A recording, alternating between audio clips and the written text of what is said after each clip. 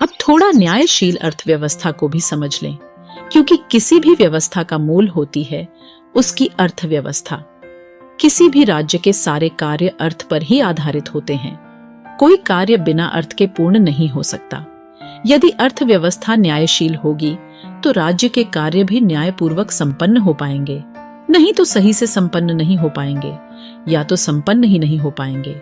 अर्थात किसी भी व्यक्ति या परिवार या समाज या समष्टि के कार्य उसी प्रकार से संपन्न होंगे जिस प्रकार की वहां अर्थव्यवस्था होगी। अर्थव्यवस्था पर ही निर्भर करता है कि जो संविधान में लिखा है वो धरातल पर उतर पाएगा कि नहीं। यदि हम सभी व्यवस्थाओं की प्रस्तावना को पढ़ें तो पाएंगे कि लगभग सभी संविधानों में ये लिखा होता है कि संविधान के अनुसार सारी जनता के अधिकार समान होंगे।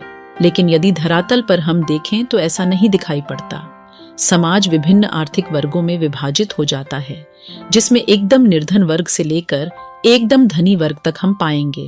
अर्थात हल्के अंतर से नहीं, बल्कि निर्धन वर्ग में और धनी वर्ग में बहुत ही बड़ा अंतर हम पाएंगे।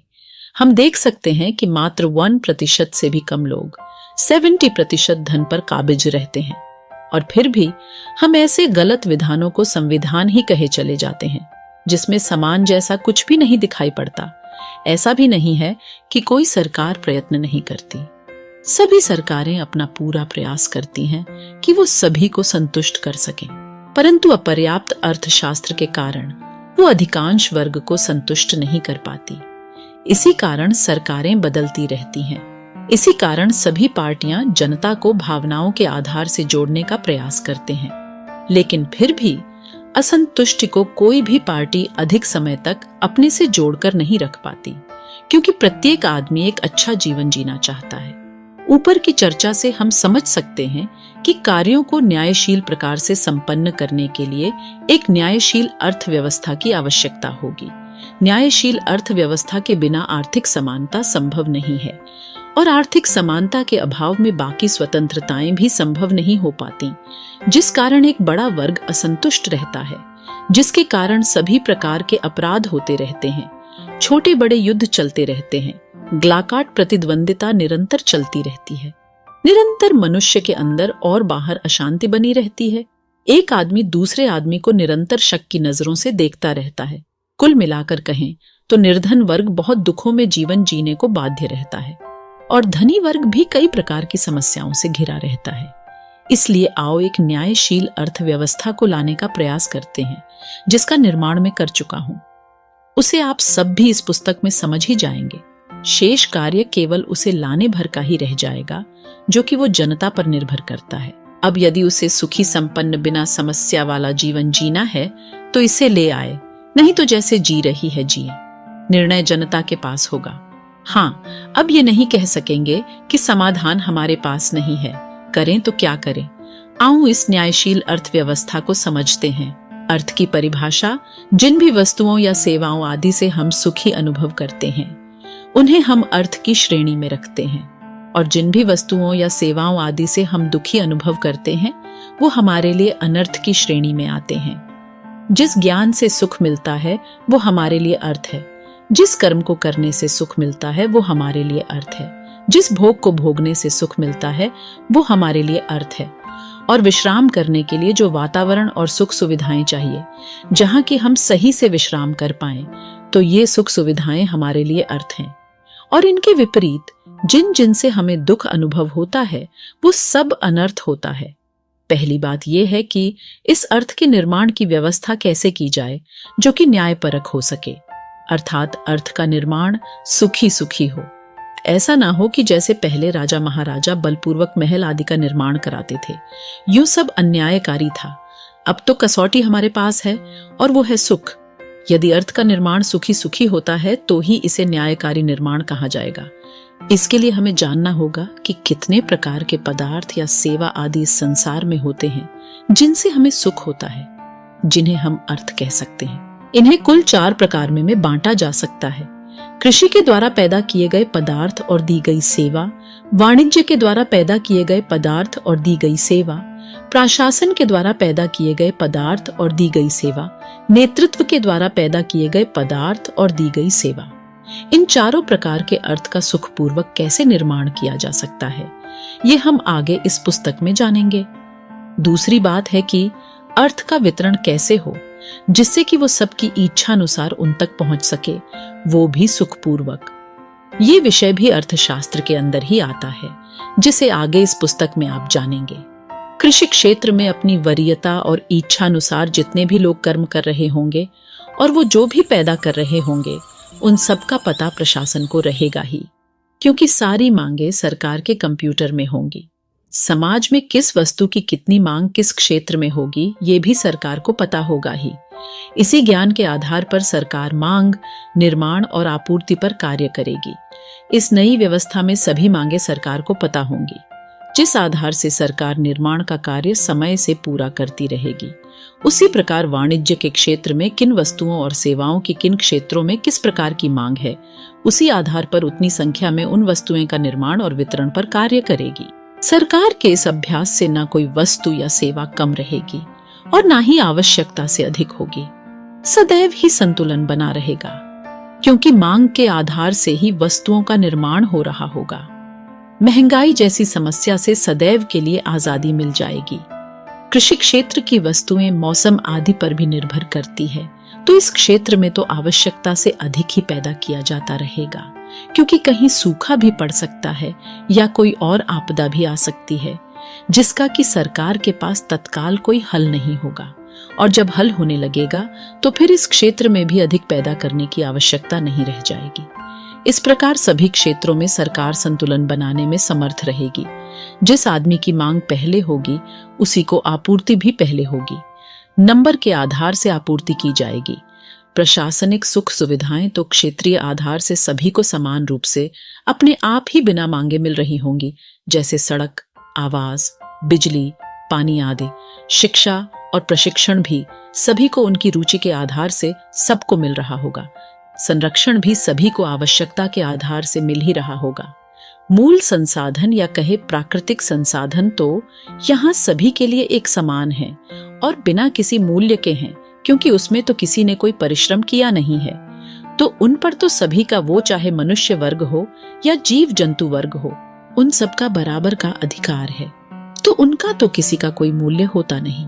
पर किसी भी मनुष्य के द्वारा जब किसी पदार्थ की रचना होती है या उसके द्वारा कोई सेवा दी जाती है, तो उसमें उस मनुष्य का परिश्रम लगता है, उसकी शक्ति, उसका समय खर्च होता है। इससे प्रत्येक निर्मित पदार्थ या सेवा का एक मूल्य हो जाता है। इसका अर्थ ये हुआ कि केवल परिश्रम ही वो एकमात्र कुंजी है किसी निर्मित वस्तु या सेवा का मूल्य तय करने में, ना कि कोई दूसरा कारण। इसका तात्पर्य ये हुआ कि यदि हम वस्तुओं के या सेवाओं के मूल्य निर्धारण में कोई और कारक का प्रयोग करते हैं तो ये अन्यायकारी होगा। लेकिन इस नई व्यवस्था में तो किसी के श्रम का मूल्यांकन करने की आवश्यकता भी नहीं रहेगी, क्योंकि जिसको जो भी चाहिए होगा वो व्यवस्था से मांग कर ही सकेगा और उसे प्राप्त करता रह सकेगा। तो श्रम के मूल्यांकन करने का तो कोई अर्थ बचा नहीं। तो इस नई व्यवस्था में ना तो धन का कोई स्थान होगा और ना ही किसी के श्रम का मूल्यांकन करने का स्थान होगा। बस जिसको जो चाहिए वो मिल ही जाना है। इस प्रकार सभी समान रूप सुखी हो जाएंगे, जो कि इस व्यवस्था को बनाने का उद्देश्य भी है। इसी प्रकार हम कह सकते हैं कि जो व्यवस्था हमारे जीवन के उद्देश्य को प्राप्त करा दे, वही व्यवस्था न्यायकारी कहला सकती है और वही अर्थशास्त्र न्यायकारी अर्थशास्त्र कहला सकता है। अभी तक के अर्थशास्त्र ने मनुष्य के जीवन का लक्ष्य प्राप्त नहीं कराया है और न ही कोई आशा दिखाई पड़ रही है प्राप्त करने की। तो आज तक के अर्थशास्त्र को अन्यायकारी अर्थशास्त्र कहेंगे, बल्कि इसे विध्वंसकारी अर्थशास्त्र भी कहेंगे, क्योंकि इसके कारण मनुष्य दूसरे मनुष्य का शत्रु बन बैठा है और एक दूसरे का नाश करने में लगा है। न्यायशील अर्थव्यवस्था के मुख्य बिंदु 1. आर्थिक क्रियाओं के वास्तविक त्रिस्वरूपों का निर्धारण, मांग, उत्पादन, वितरण। 2. तीनों आर्थिक क्रियाओं का न्यायशील संचालन। 3. आर्थिक नियमों, नीतियों, निर्णयों का न्यायशील निर्धारण। 4. मुद्रा का उपयोग सरकार के द्वारा केवल गणनाएं करने के लिए ही प्रयोग में लाया जाएगा। लोगों के लिए इसका कोई विशेष महत्व नहीं होगा। लोगों को तो जो चाहिए वो उन्हें मिलता रहेगा। 5.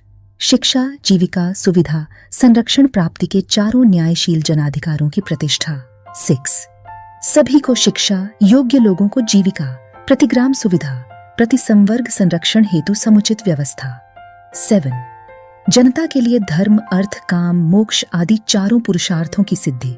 किसी भी देश को सही रूप से जीवन जीने के लिए इन 4 आधारों की आवश्यकता होती है। 1. संसाधन 2, संस्कृति 3, सभ्यता 4। सिद्धांत संसाधन तो प्राकृतिक रूप से संसार में है ही, इन पर सभी का समान रूप से अधिकार है। स्थूल शरीर के जीवन निर्वाह के लिए भोजन, वस्त्र, आवास आदि की आवश्यकता सभी को समान रूप से होती है। इसके बाद आवश्यकता होती है संस्कृति की, अर्थात ज्ञान विज्ञान की, जिससे सभी के व्यक्तित्व का निर्माण होता है। एक अशिक्षित मनुष्य से हम किसी भी ऐसी जीवन प्रणाली के अनुसार जीने की आशा नहीं कर सकते जिसका कि उसे ज्ञान ही ना दिया हो। ऊपर ये बताया जा चुका है कि हम सभी एक दूसरे के सहयोग से ही सुखी जीवन जी सकते हैं, अकेले अकेले नहीं। जीवन क्या है, जीवन क्यों है, इसे किस प्रकार से जीना चाहिए, किससे कैसा व्यवहार करना चाहिए आदि बातें सिखाने के लिए कोई एक ही मापदंड वाली सही शिक्षा पद्धति की आवश्यकता है। अर्थात लोगों के जीवन को संस्कृति के आधार पर संस्कारित करना ही शिक्षा का मूल उद्देश्य है। सभी मनुष्य एक दूसरे के साथ सहज ही सहयोग कर सकें, इसके लिए सही शिक्षा ही आधार हो सकती है। ऐसा नहीं है कि कोई मनुष्य बिगड़ा हुआ है और शिक्षा से उसे सुधारना है। मनुष्य प्राकृतिक रूप से सही ही पैदा होता है। शिक्षा का उद्देश्य केवल ये है कि वो उन सभी नीति नियमों से उस बच्चे को अवगत करा सके जिनके आधार से उसे समाज में रहना है। उदाहरण के लिए, यदि किसी बच्चे को सड़क पर चलने के नीति नियम ना बताए जाएं, तो इससे क्या होगा कि जब वो बच्चा सड़क पर चलेगा तो उसे पता नहीं होगा कि कैसे चले, वो कैसे भी चलने का प्रयास करेगा, जिसके कारण दुर्घटनाएं होंगी, जो कि इसके लिए भी और दूसरों के लिए भी दुख कारक होगा। तो शिक्षा क्या करेगी कि उसे सड़क के नीति नियमों से अवगत कराएगी और उसका अभ्यास कराएगी। हम समझ सकते हैं कि शिक्षा किसी को सुधारने के लिए नहीं है, वरन केवल उपयोगी ज्ञान प्रदान करने के लिए है, और यही शिक्षा का उद्देश्य भी है। इसी प्रकार पूरी व्यवस्था के सभी नीति नियमों और उपयोगी ज्ञान विज्ञान से अवगत कराना ही शिक्षा का उद्देश्य होता है, न कि किसी को सुधारने का। सब सुधरे हुए ही होते हैं, और जो लोग बिगड़े हुए से दिखाई भी पड़ते हैं वो केवल गलत व्यवस्था के कारण, जैसे गलत खान पान के कारण शरीर अस्वस्थ हो जाता है, उसी प्रकार गलत व्यवस्था के कारण व्यक्तित्व अस्वस्थ हो जाता है। जैसे ही सही व्यवस्था आएगी, ये व्यक्तित्व भी सब स्वस्थ हो जाएंगे। जब संसाधन सबके पास हो और संस्कृति सबके पास हो, तो इससे सभ्यता का उदय होता है। सभ्यता का अर्थ है कि सभ्य पूर्वक एक दूसरे के साथ पूर्ण सहयोगी रूप से अकेले या पारिवारिक या सामाजिक रूप से सुखी जीवन को जीना, सहज ही सम्यक व्यवहार करना, अपने कर्मों का सहज ही पालन करना आदि। यहाँ सभ्य से तात्पर्य है नीति नियमों के अनुसार जीवन। सभ्यता के बिना बड़ी सुख सुविधाएं पैदा नहीं की जा सकती। सभ्यता के बिना हम केवल कृषि पर ही निर्भर होकर रह जाएंगे। इससे आगे का सुख सभ्यता पर ही निर्भर करता है। हम अपने से कैसा व्यवहार करें, परिवार में कैसा व्यवहार करें, समाज में कैसा व्यवहार करें और समष्टि में कैसा व्यवहार करें। व्यवहार ही किसी सभ्यता का मूल है। और सबसे अंत में है सिद्धांत। इसका अर्थ है कि अंतिम रूप से सिद्ध हो गया है, जो यानी कि सभी प्रकार के ज्ञान विज्ञान के अनुसार जीवन। हमारे संसाधन, हमारी संस्कृति, हमारी सभ्यता का आधार ये हमारे सिद्धांत ही है। ज्ञान विज्ञान पर आधारित संस्कृति ही सही मायने में संस्कृति कहलाती है। और आज तक के ज्ञान विज्ञान से ये सिद्ध हो ही चुका है कि संसार में सारी अनेकता किसी एक का ही विस्तार है। कोई एक ही तत्व अनेक हो गया है और हम सब निरंतर सुख ही चाहते हैं। तो सिद्धांत हुआ कि हम सब एक से ही अनेक हुए हैं और हमारा सबका एक ही लक्ष्य है, और वो है सदैव सुखी रहना। फिर हमें अपनी संस्कृति का आधार इसी सिद्धांत को बनाना चाहिए। यदि किन्हीं को कुछ और सिद्धांत सही लगता है तो वह सम्मान सहित विचार विमर्श के लिए मेरे यहाँ आमंत्रित हैं। और यदि पूरे विचार विमर्श के बाद ये सिद्ध होता है कि उपरोक्त सिद्धांत गलत है, तो मैं उसी समय इस सिद्धांत को त्याग दूंगा और जो सिद्धांत निकल कर आएगा उसको ग्रहण करूंगा। पर यदि उपरोक्त सिद्धांत सही सिद्ध होता है तो आपको भी उसे सहज ही स्वीकार करने के लिए तैयार रहना चाहिए। ऐसी आपसे आशा रहेगी। फिर भी आप स्वतंत्र है कि आप स्वीकार करें या ना करें।